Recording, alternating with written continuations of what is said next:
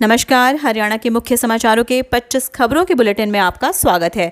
आगे बढ़ने से पहले आप हरियाणा के किस जिले से समाचार को देख रहे हैं, अपने जिले का नाम कमेंट सेक्शन में जरूर लिखिएगा। तो चलिए शुरू करते हैं खबरों का सिलसिला।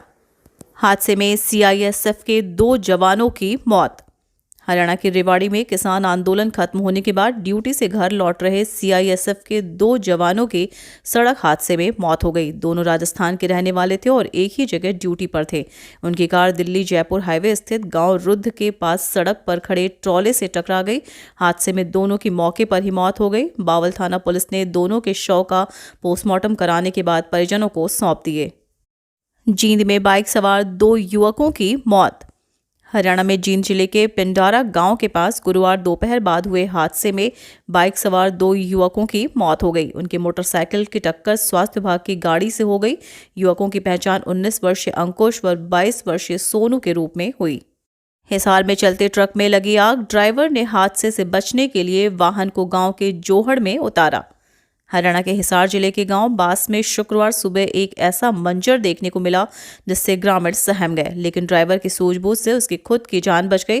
दरअसल जींद हाईवे पर चल रहे कंटेनर में अचानक धुआं उठने लगा और देखते ही देखते आग लग गई। जब ड्राइवर को इस बारे में पता लगा तो उसने बड़ी ही सूझबूझ से ट्रक को बास गांव के जोहड़ में उतार दिया।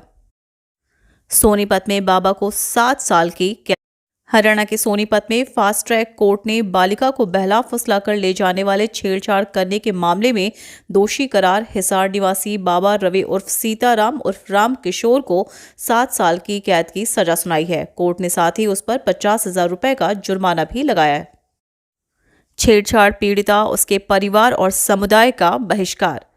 हरियाणा के रोहतक जिले के महम उपमंडल के भैड़ी मातो गांव में पंचायत ने तुगलकी फरमान सुनाया है। गांव के जिस किशोरी के साथ छेड़छाड़ की गई उसका उसके परिवार व पूरे समुदाय के पंचायत ने सामाजिक बहिष्कार कर दिया, क्योंकि छेड़छाड़ का शिकार हुई किशोरी के परिजनों ने आरोपी के खिलाफ थाने में केस दर्ज करवाया।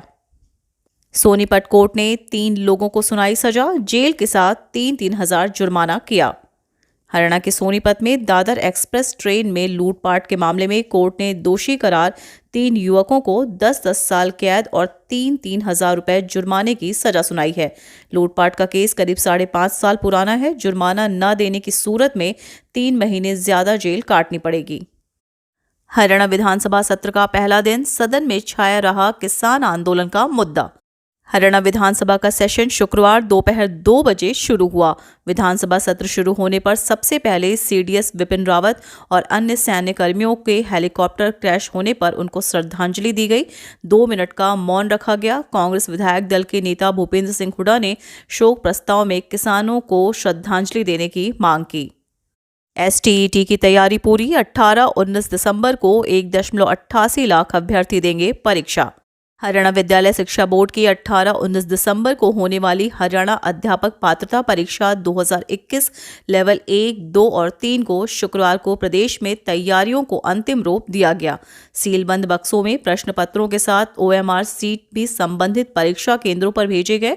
जिलों में अधिकारियों को सीसीटीवी और स्कैनर आदि की व्यवस्थाएं भी जांची गई। हरियाणा सरकार व अनिल नागर के खिलाफ प्रदर्शन। करनाल में प्रतियोगी परीक्षाओं की तैयारी कर रहे युवाओं ने सरकार और एचसीएस अनिल नागर के खिलाफ रोष प्रदर्शन किया। जिला सचिवालय में पहुंचकर प्रदेश मुख्यमंत्री के नाम अधिकारियों को ज्ञापन सौंपा। इसमें मांग की गई कि अनिल नागर एचसीएस के खिलाफ सीबीआई जांच हो। 50,000 के लिए होगी मारामारी। कोविड-19 में हुई मौत पर मुआवजा। हरियाणा सरकार ने कोविड-19 के कारण मौत के आगोश में समाये लोगों के परिजनों को 50,000 रुपए की आर्थिक सहायता देने की प्रक्रिया शुरू कर दी है।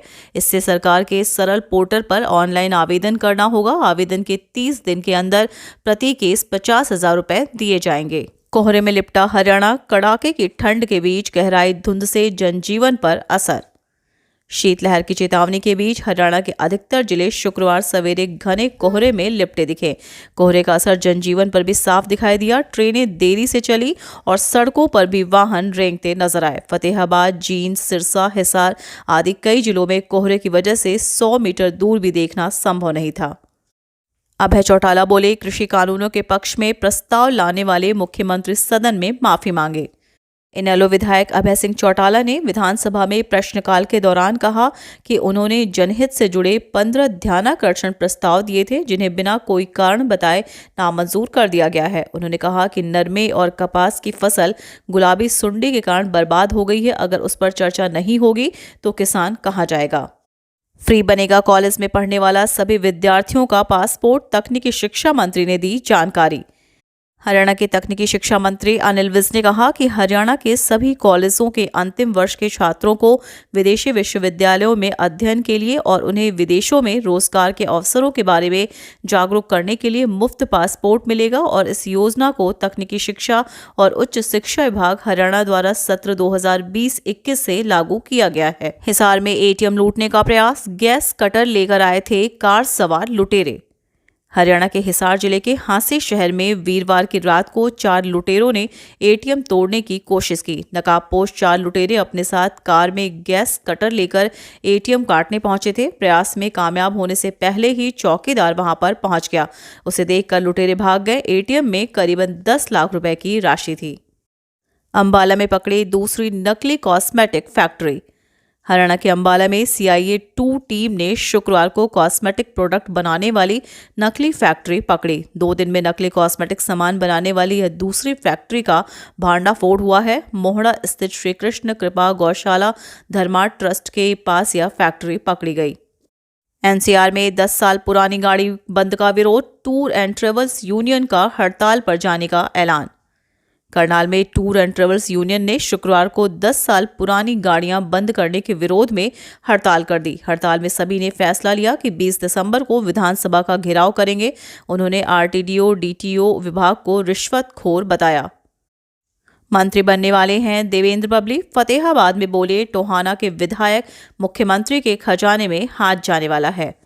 टोहाना से JJP विधायक देवेंद्र बबली ने इशारों में यह साफ कर दिया है कि हरियाणा मंत्रिमंडल के विस्तार में वो भी मंत्री बनने वाले हैं। गांव नाढोड़ी की गौशाला में दान में कम राशि पर उनको टोका गया तो वे बोले मेरा हाथ भी मुख्यमंत्री के खजाने में जाने वाला है, फिर 11 लाख ले लेना। SG कॉलेज के बाहर चले चाकू। महाविद्यालय के गेट पर BA प्रथम वर्ष के छात्र पर किया जानलेवा हमला। हरियाणा के अंबाला कैंट SG कॉलेज के बाहर हथियारों से लैस बदमाशों ने जमकर गुंडागर्दी मचाई। कॉलेज के मुख्य गेट पर BA प्रथम वर्ष के गांव कलाल माजरा निवासी चरणजीत को चाकू मारे गए। एक चाकू हाथ तो दूसरा पीठ पर लगा। साथ ही सिर पर गहरी चोटें आई हैं। लहूलुहान हालत में छात्र को उपचार के लिए कैंट सिविल अस्पताल में दाखिल करवाया गया। हरियाणा में यूरिया की कमी। कृषि मंत्री के क्षेत्र में ठंड में सुबह 5 बजे किसान लाइन में। हरियाणा के कई जिलों में किसान यूरिया खाद के लिए परेशान हैं। सरकार पर्याप्त मात्रा में खाद की उपलब्धता का दावा कर रही है, लेकिन प्रदेश के कृषि मंत्री JP दलाल के जिले में ही किसान यूरिया के लिए ठंड और कोहरे के बीच सुबह 5 बजे ही लंबी कतारें बनाकर खड़े हो जाते हैं।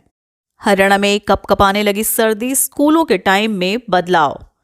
हरियाणा में सर्दी बढ़ने लगी है और इसके साथ ही स्कूलों के टाइम में भी बदलाव किया गया है। 20 दिसंबर से सभी स्कूलों में बच्चों की कक्षाएं 10 बजे से शुरू होंगी, जबकि अध्यापकों को 9:30 बजे पहुंचना होगा। हरियाणा में स्कूल शिक्षा निदेशालय ने सभी जिला शिक्षा अधिकारियों को यह आदेश जारी भी कर दिए हैं। अब नए शेड्यूल के अनुसार ही स्कूल खुलेंगे और छुट्टी होगी। आज खत्म होगी बैंक कर्मियों की हड़ताल। सोमवार को खुलेंगे बैंक। करनाल के सेक्टर 12 में सरकारी बैंक कर्मचारियों के निजीकरण के विरोध में 2 दिन की हड़ताल आज खत्म हो जाएगी। इस दौरान बैंक 4 दिन बंद रहेंगे। 2 दिन की हड़ताल के बाद 2 छुट्टी हैं। अब सोमवार को ही बैंक खुलेंगे। करनाल सचिवालय में CM DC के खिलाफ नारेबाजी। करनाल के जिला सचिवालय पर शुक्रवार को आंगनबाड़ी वर्कर एवं हेल्पर यूनियन ने प्रदर्शन किया। उन्होंने प्रदेश मुख्यमंत्री मनोहर लाल से बातचीत न होने तक आंदोलन को चलाकर रखने का ऐलान किया। शुक्रवार को CM मनोहर लाल, मंत्री कमलेश ढांडा व DC निशांत यादव के खिलाफ जमकर नारेबाजी की। गुरनाम सिंह चढ़ूनी का मिशन पंजाब। कल चंडीगढ़ में प्रेस कॉन्फ्रेंस करेंगे किसान नेता। भारतीय किसान यूनियन के नेता गुरनाम सिंह चढ़ूनी शनिवार को चंडीगढ़ में प्रेस कॉन्फ्रेंस कर रहे हैं। वे कल अपनी नई पार्टी का ऐलान कर सकते हैं। चढ़ूनी पहले ही मिशन पंजाब के तहत किसानों को चुनाव लड़वाने की घोषणा कर चुके हैं।